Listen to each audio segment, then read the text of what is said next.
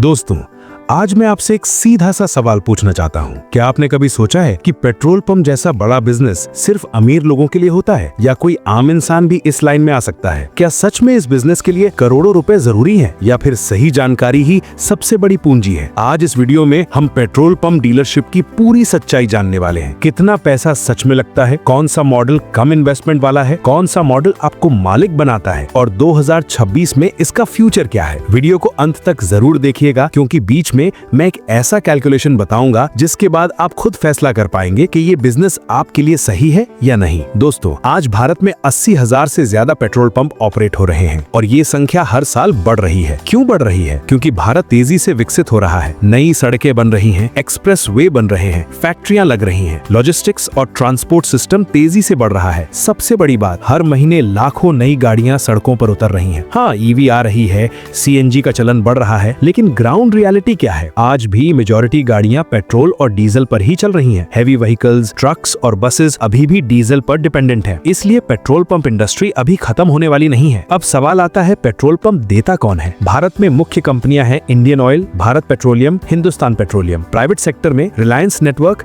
Nayara energy. ये कंपनियां समय समय पर अलग अलग लोकेशन के लिए एडवर्टीजमेंट जारी करती हैं। ध्यान रखिए, बिना ऑफिशियल एडवर्टीजमेंट के आप अप्लाई नहीं कर सकते। अगर कोई बोले कि सीधे दिलवा दूंगा, तो समझिए खतरा हो सकता है। हमेशा कंपनी की ऑफिशियल वेबसाइट से ही अप्लाई करें। अब एलिजिबिलिटी समझ लेते हैं। आप भारतीय नागरिक होने चाहिए, आपकी उम्र 21 से 60 साल के बीच होनी चाहिए, कम से कम 10वीं या 12वीं पास होना चाहिए। लेकिन असली चीज यहाँ शुरू होती है, नेटवर्थ। रूरल एरिया में लगभग 10 से 20 लाख नेटवर्थ प्रूफ मांगा जाता है। अर्बन या हाईवे एरिया में लगभग 25 से 40 लाख नेटवर्थ प्रूफ। ये पैसा खर्च नहीं होता, ये सिर्फ प्रूफ होता है कि आप फाइनेंशियली केपेबल हैं। लेकिन अब असली सवाल, असली खर्च कितना है? अब इन्वेस्टमेंट रियलिटी समझिए। रूरल एरिया में लगभग 80 लाख से 1 करोड़ रुपए तक टोटल सेटअप कॉस्ट हो सकती है। हाईवे या सिटी लोकेशन में ये 1.5 से 2 करोड़ रुपए तक जा सकती है, और ये जमीन की कीमत के अलावा है। इन्वेस्टमेंट जाता कहाँ है? Security deposit, working capital, initial fuel stock, civil construction, office setup, staff salary, insurance, licences, miscellaneous expense. Company कुछ चीजें देती है, जैसे फ्यूल टैंक,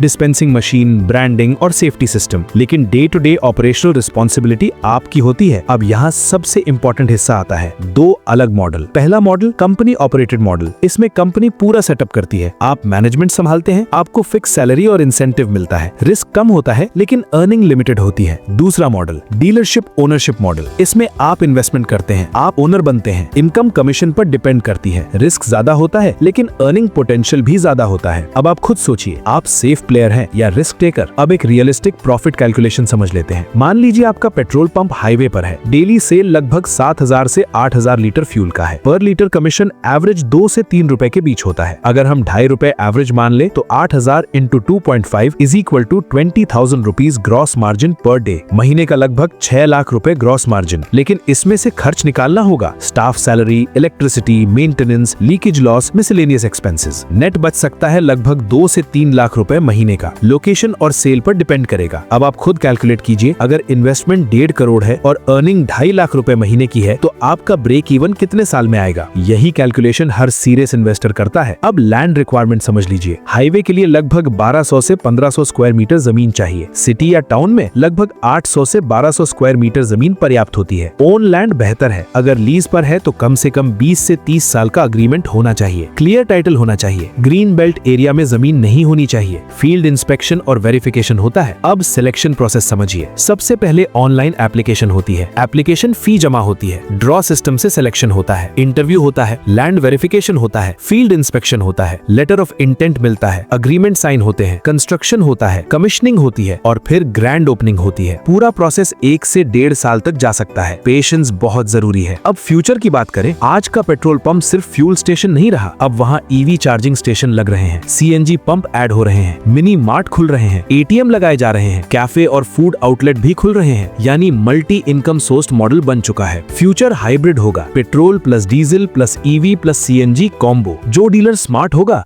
वो एक्स्ट्रा सर्विसेज ऐड करके अर्निंग मल्टीप्लाई करेगा। अंत में एक reality check. Petrol pump glamorous दिखता है, लेकिन ये 24 घंटे जिम्मेदारी वाला बिजनेस है। Cash handling, staff monitoring, safety compliance, measurement accuracy सब आपकी जिम्मेदारी है। ये पैसिव इनकम नहीं है, लेकिन डिसिप्लिन्ड और सीरियस माइंडसेट वाले इंसान के लिए ये लॉन्ग टर्म स्टेबल बिजनेस बन सकता है। अब मैं आपसे पूछना चाहता हूँ, क्या आपके पास जमीन है, क्या आप फ्यूचर में इस इंडस्ट्री में आना चाहते हैं? आप रूरल प्रेफर करेंगे या हाईवे? नीचे कमेंट में अपनी लोकेशन और अप्रॉक्स बजट जरूर लिखिएगा। अगली वीडियो में मैं पेट्रोल पंप की एग्जैक्ट मंथली एक्सपेंस शीट और प्रॉफिट ब्रेकडाउन डिटेल में बताने वाला हूं। अगर वीडियो उपयोगी लगी हो तो लाइक जरूर करें और चैनल सब्सक्राइब करें। मिलते हैं अगली वीडियो में। जय हिंद।